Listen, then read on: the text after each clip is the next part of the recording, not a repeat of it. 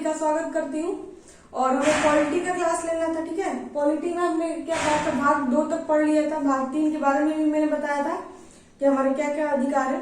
तो चलिए अनुच्छेद देखना था हमें 12 से 35 तक अभी देखना है, ठीक है। और मैंने पहले 11 तक बता दिया, आर्टिकल 11 तक हमने बता दिया था, ठीक है। तो चलिए एक बार रिकॉल कर लेते हैं, ठीक है।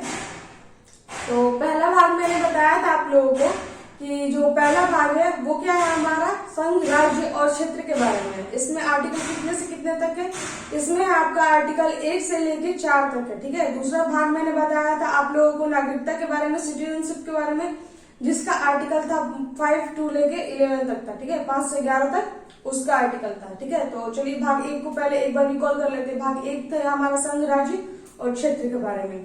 तो इसमें आर्टिकल फर्स्ट क्या कह रहा था आपका, आर्टिकल फर्स्ट कह रहा था कि भारत, जो हमारा भारत है, भारत राज्यों का संघ है, ठीक है। यूनियन है मतलब, है ना, भारत राज्यों का संघ है, यूनियन है, ठीक है। ये पहला आर्टिकल कह रहा था, ठीक है। पहले आर्टिकल में हमने ये पढ़ा था कि जो राज्य है, राज्यों को पहली अनुसूची में रखी गई है, ठीक है। उसके बाद से हमने बी में पढ़ा था कि हमारे पास 28 राज्य हैं, 8 केंद्र शासित प्रदेश है और 0 अर्जित क्षेत्र है। उसके बाद इसमें आर्टिकल सेकंड क्या कह रहा था, आर्टिकल सेकंड कह रहा था आपका कि विदेशी राज्यों को कैसे मिलाया जा सकता है। तो उसके बारे में था कि विदेशी राज्य को कैसे हम मिलाएंगे। उसके बाद से आप देखिए कि आर्टिकल थर्ड क्या था कि हमारे राज्य में सीमा, क्षेत्र और नाम में बदलाव कैसे कैसे कर सकते हैं, इसके बारे में था। और फोर्थ आर्टिकल था आपका कि 396 के अधीन आता है ये आर्टिकल, ठीक है। सेकंड थर्ड जो है 396 के अधीन आता है। इसकी वजह से राष्ट्रपति इस पे सवाल नहीं कर सकती कि आपने ऐसा क्यों किया, कि इस राज्य के नाम में परिवर्तन क्यों किया या इस विदेशी राज्य को क्यों मिला, ऐसा कुछ नहीं कर सकते। बस आपको आर्टिकल सेकंड या थर्ड का प्रयोग करना है आपको। तो बस जाना है, बस राष्ट्रपति जी को बोलना है कि हम जा रहे हैं करने, बस हो गया काम खत्म, इतना ही हमारा काम है, ठीक है। उसके बाद चलिए ये आपका भाग 1 का मैंने 4 आर्टिकल के बारे में रिवीजन करवा दिया। अब चलते हैं, देखते हैं हमारा आर्टिकल भाग सेकंड जो था वो देखते हैं। वो भाग सेकंड जो था वो था हमारा सिटीजनशिप, नागरिकता के बारे में, ठीक है। और नागरिकता हमारी कहाँ से ली गई है, तो हमारी जो नागरिकता है वो एक नागरिकता है ना। हमें सिर्फ एक नेशनल जो मिलता है वही मिलता है, हमें राज्य के द्वारा कोई भी नागरिकता नहीं मिलती। हमारा एक नागरिकता है, मतलब कि एक ही नागरिकता हमारे पास होती है। और हमारी जो नागरिकता है वो ब्रिटेन से ली गई है, ठीक है। और चलिए रिकॉल करते हैं इसको भी एक बार।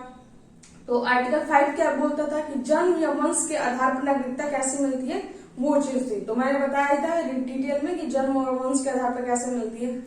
तो फिर चलिए आपका 6 नंबर देखते हैं। पाकिस्तान से आए हुए लोगों की नागरिकता के बारे में ये आर्टिकल कहता था कि आर्टिकल 6 बोलता था कि जो इंसान पाकिस्तान से भारत आया है वो 19 जुलाई 1948 से पहले आया है या बाद में आया है तो उसको नागरिकता मिलेगी, ठीक है। और अगर 26 जनवरी 1950 के 19 जुलाई 1948 के पहले आता है तो फ्री में नागरिकता, कोई नागरिकता के लिए उसको मतलब कि कुछ भी नहीं करना था। लेकिन अगर वो 19 जुलाई 1948 और 26 जनवरी 1950 के बीच में आता है तो उसको पंजीकरण द्वारा 6 महीने इंडिया में स्टेबल रह के आपको नागरिकता मिलनी थी उनको, ठीक है, पाकिस्तान से जो आए हुए लोग थे।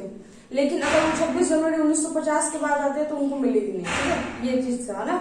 अब चलिए 7 नंबर क्या था। 7 नंबर में ये आर्टिकल 7 क्या कहता था आपका, आर्टिकल 7 क्या कहता था आपका कि जो इंसान इंडिया से पाकिस्तान गया है और अगर पाकिस्तान से इंडिया आना चाहता है तो उसे 19 जुलाई 1948 से पहले उनको आ जाना है, ठीक है। तो ये था आपका 7 नंबर था, हो गया। उसके बाद 8वां नंबर क्या कहता है, आर्टिकल 8 कहता है कि विदेशों में रहने वालों की नागरिकता, जो लोग विदेश में रहे, इंडिया के हैं और विदेश में रह रहे काम की वजह से या कहीं गए हैं घूमने फिरने या ऐसे मतलब विदेश में रह रहे हैं, तो उनकी नागरिकता के बारे में था कि उनकी नागरिकता मतलब कि छीनी नहीं जाएगी, मतलब वो इंडिया के ही नागरिक रहेंगे, काम कोई भी करें। उसके बाद से आर्टिकल आपका 9 क्या कहता है, आर्टिकल 9 कहता है कि अगर कोई इंसान विदेश में रह रहा है साथ में विदेशी नागरिकता अपनाता है तो उसकी इंडिया की जो नागरिकता है वो खत्म हो जाती है, ठीक है। उसके बाद से 10 नंबर क्या था, 10 नंबर ये बोल रहा था कि अनुचित कार्य करने के आपसे आपकी नागरिकता ले ली जाएगी। अब मान लीजिए कि राष्ट्रपति हैं, आप सब बदसलूकी कर रहे हैं या कोई देश विरोधी काम कर रहे हैं, तो आपकी नागरिकता को हम लोग इंडिया के जो लोग हैं वो छीन लेंगे। लोग क्या मतलब कि संविधान आपसे ले लेगा, ठीक है। इंडिया का जो आपको मिलेगा उसको ले लेगा, ठीक है, नागरिकता ले सकता है। उसके बाद से 11 और लास्ट हमारा क्या था, ये था कि जो भी नागरिकता पे कानून बनाता है वो संसद बनाती है, और संसद में भी गृह मंत्रालय को पावर दी गई है कि नागरिकता पे कोई भी कानून बनाएगा। अगर वो गृह मंत्रालय कोई बोलता है कि आपको बाल मतलब लड़कों को इतना बाल रखना है, लड़कियों को इतना बाल रखना है, ये ऐसे कराना है, तो अगर आपकी नागरिकता में है तो वो करना ही है, ठीक है। तो अब चलिए भाग 3 के बारे में मैंने बताया था, ठीक है। तो चलिए भाग 3 में तो मैंने रिकॉल कर लिया था। अब चलिए अनुच्छेद 12 देखते हैं, क्योंकि भाग 3 का हिस्सा है, आपको कल ही बताया था, ठीक है। मैंने ये भी बोला था कि पहला था आपका समानता का अधिकार, अधिकार में पहला था आपका समानता का अधिकार, दूसरा था अभिव्यक्ति की स्वतंत्रता। समानता का अधिकार में मैंने बताया था आपका 14 से 18 है, ठीक है।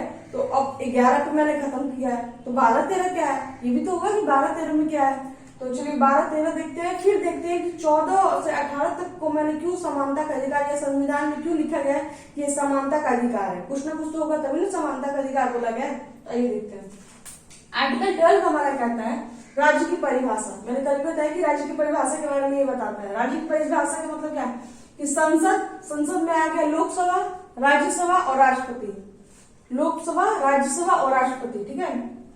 विधानमंडल, इसमें क्या आ गया आपको विधान परिषद, विधान परिषद और विधानसभा और प्लस राज्यपाल, ठीक है। विधान परिषद, विधानसभा प्लस राज्यपाल, ठीक है। कोई भी संसद पूरा नहीं है जब तक कि उसमें राष्ट्रपति, लोकसभा और राज्यसभा ना हो, और कोई भी विधानमंडल पूरा नहीं है जबकि विधान परिषद और विधानसभा और राज्यपाल ना हो, ठीक है। और कोई भी कानून बनता है उसमें राष्ट्रपति का साइन नहीं है तो वो कानून बना ही नहीं है, ठीक है। तो ये तीनों कारण जरूरी है। उसके बाद से पंचायत, पहले इस पर फोकस करते हैं, ठीक है। राज्य की परिभाषा में क्या है कि संसद, विधान मंडल, आपको क्लियर कर दिया, संसद, विधानमंडल, पंचायत, अन्य प्राधिकरण प्लस सरकार के अधीन कार्यरत संस्था, ठीक है। तो जो भी संसद है, विधानमंडल है, पंचायत है, अन्य प्राधिकरण जो कि सरकार के अधीन काम करते हैं लोग या सरकारी है, ठीक है, चीजें। और अभी हम आगे जब आर्टिकल पढ़ाएंगे तो आपको सीधी सीधी बात या राज्य की परिभाषा में सीधी सीधी बात है कि जितने आर्टिकल 395 आर्टिकल है उसमें जो भी एक परमानेंट संवैधानिक तरीके से चीजें बनी हुई है, जिस भी संस्था को संवैधानिक तरीके से बनाया गया है वो इस राज्य की परिभाषा में आता है। सीधी सी एक लाइन में बात है कि जो भी संवैधानिक जो जरिया होता है उससे बनाया गया है तो वो संवैधानिक ये राज्य की परिभाषा में वो इंक्लूड होता है, ठीक है। उस पर ये चीज लागू होंगी, ठीक है। जो भी चीजें मैं आगे की बता रहेंगे हम 35 तक वो सब उस पर लागू होंगी। और राज्य की परिभाषा जब बोला जाएगा समझ लीजिएगा कि राज्य की परिभाषा का मतलब संसद, विधानमंडल, पंचायत, अन्य प्राधिकरण जैसे कि जो भी विभाग होते हैं हमारे गवर्नमेंट, वो सब सरकार के अधीन कार्यरत सेवाएं, जो सेवाएं मतलब जो सरकार के अधीन काम कर रही है कंपनियां वो भी इसके अंतर्गत आती है, ठीक है। क्लियर हो गया। अब देखते हैं अनुच्छेद 30 क्या कहता है, मौलिक अधिकारों के विरुद्ध निरस्त होना, ठीक है।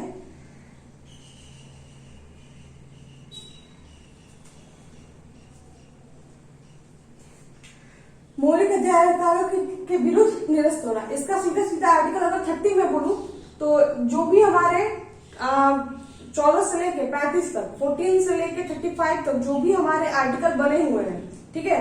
संसद तो इस पे मैंने बताया था कि संसद इस पे कानून मतलब कि बदल सकती है, चेंज कर सकती है, लेकिन इतना भी चेंज नहीं कर सकती कि जो पुराना वाला कानून है उसका अस्तित्व ही मिट जाए। अगर ऐसा होता है, अगर लगता है सुप्रीम कोर्ट को कि जो ये कानून बनाया वो मूल अधिकार हमारा था, जो मेन हमारा मूल अधिकार था, उसको ये पूरी तरह से मतलब कि खराब कर रहा है, तो वो उसको निरस्त करने का पावर सुप्रीम कोर्ट के पास तो वही है मौलिक अधिकारों के विरुद्ध निरस्त होने के से ना। अब चलिए जो मैंने ये बताया था आपका 14 to 18 ये समानता के बारे में मैंने बताया था। क्यों है समानता के बारे में, समानता का अधिकार इसे क्यों कहते हैं अभी आपको पता चल जाएगा।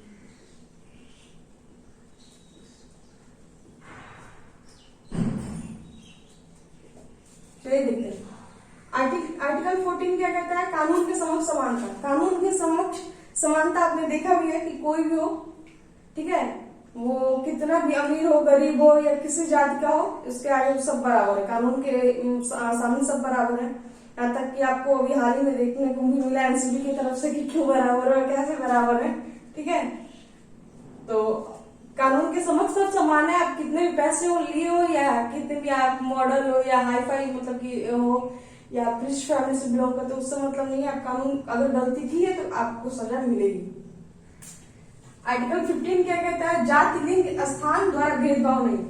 आप किसी की जाति द्वारा भेदभाव नहीं कर सकते। आप इस कास्ट को इस कास्ट का ऐसे नहीं कर सकते। लिंग क्या है कि आप फीमेल हो या मेल हो, कितने हो, ऐसे आप नहीं कर सकते। स्थान द्वारा कि आप मतलब कि जैसे होता है ना कि लोग बोलते हैं कि अरे ये बलिया से आया, यूपी से आया, ये बिहार से आया, या अब ये झारखंड से आया, ये इस जाति का, तो आप ऐसा नहीं कर सकते। ये अगर आप ऐसा करते हैं तो जिसके साथ आप कर रहे हैं उसको राइट है कि वो आपके खिलाफ सुप्रीम कोर्ट में जा सकता है। ठीक है, तो ये आर्टिकल 15 है। आर्टिकल 16 कहते हैं अवसर की समानता। सबको समान अवसर दिए जाना चाहिए, ये बोलता है आर्टिकल 16 मिलता है। अगर आपको लगता है कि आपको समान अवसर नहीं मिल रहा है तो आप जा सकते हैं, सुप्रीम कोर्ट जा सकते हैं और कहीं सुप्रीम कोर्ट जा सकते हैं। एक और बात है, लोग बोलते हैं कि जो मतलब कि SC ST है, अवसर की समानता है। लोग यहाँ पर सवाल आप लोग कर सकते हैं कि अवसर की समानता कैसे है? SC ST को तो छूट का भी मिलता है, तो क्या है कि ऐसा तो अवसर की समानता तो है ही। आप लोग मान लीजिए कि यहाँ पे खड़े हैं, ठीक है, अब वो लोग अभी यहाँ पे खड़े हैं, तो अगर उनको थोड़ा सा छूट नहीं देगा तो वो यहाँ पे बराबर हमारे कैसे आएंगे? ठीक है, वो इतने गरीब हैं कि उनके पास पढ़ाने खाने तक की पैसे होंगे, पढ़ाने की तो बात ही अलग है, तो उनको ये छूट दी जाती इसलिए। ठीक है, और ये आर्टिकल में भी है। ठीक है, और एक और बात है, अवसर की समानता इससे भी आप लोग लगा सकते हैं कि कभी ऐसा तो हुआ नहीं है कि सिर्फ SC ST के लिए आया हो कि सिर्फ SC ST का भर्ती होगा, जनरल का नहीं होगा, या OBC का नहीं होगा, ऐसा तो कभी आया नहीं। तो ये आपका आर्टिकल 16 कहता है, अवसर की समानता के बारे में बोलता है। अनुच्छेद 17 क्या कहता है? छुआछूत का अंत होता है। ठीक है, पहले के जमाने में देखा जाता था कि जो बड़े लोग हैं वो छोटे लोग जब आते थे तो वो मतलब कि उनको कुर्सी नहीं मिलती थी, वो नीचे बैठ के बात करते थे। और पहले ये होता था कि जब पहले के लोग जो मुखिया रहते थे वो ऊपर बैठते थे, बाकी जो निम्न कास्ट के लोग वो नीचे बैठते थे, उनको ना खाना पूछा जाता कुछ नहीं, और ऊपर से उनको मतलब जलील भी किया जाता था।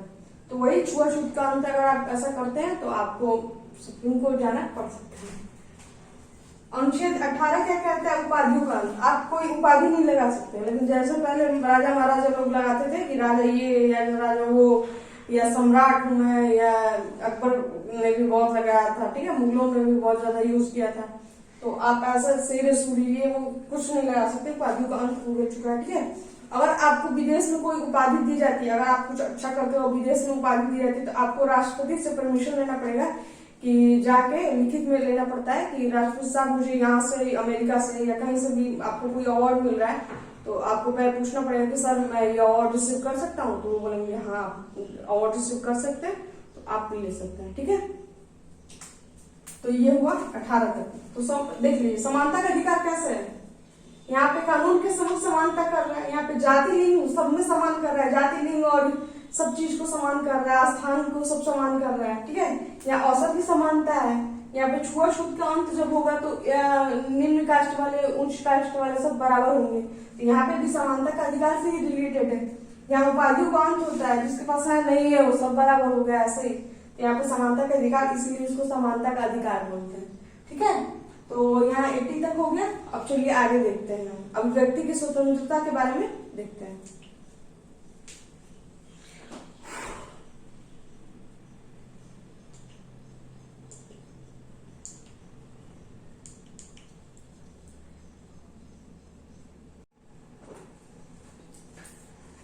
सॉरी, ये पढ़ाने और रिकॉल करने में ही ज्यादा समय लग गया, जिससे 14 मिनट का वीडियो बन चुका है। अगर मैं इससे ज्यादा लंबा वीडियो बनाऊंगी तो अपलोड होने में बहुत दिक्कत आएगी, क्योंकि यहाँ पे वाईफाई की कनेक्शन भी नहीं है। तो चलिए आज इतने ही रहने देते हैं, और एक बार रिकॉल भी हो गया हम लोग को। ठीक है, फ्रेश रिकॉल भी हो गया। इसके बारे में जानिए। सबसे ज्यादा मेन ये था, राज्य की परिभाषा जो था वो आगे 1-2 बार रिपीट करेगा कि राज्य की परिभाषा। तो आप लोग को ये रिकॉल हो गया कि राज्य की परिभाषा का मतलब क्या है। ठीक है, और ये सब आपको देख ही लिए। ठीक है, अब हम लोग कल देखेंगे अभिव्यक्ति की स्वतंत्रता क्या है। ठीक है, एक बार और आपको रिकॉल आप देख सकते हैं। ठीक है, रिवीजन के लिए। ठीक है, तो अगर आपको मेरा पढ़ाने का तरीका अच्छा लगा हो तो चैनल वीडियो को लाइक कीजिए, चैनल को सब्सक्राइब कीजिए और ज्यादा से ज्यादा अपने दोस्तों में शेयर कीजिए ताकि मुझे भी अच्छा लगे और लाइक जरूर कीजिए। और अगर आपको कुछ बुरा भी लगता है कि मतलब कि आपको थोड़ा सा और ये इम्प्रूव करना चाहिए तो आप कमेंट में करके बोल सकते हैं। ठीक है, थैंक यू सो मच।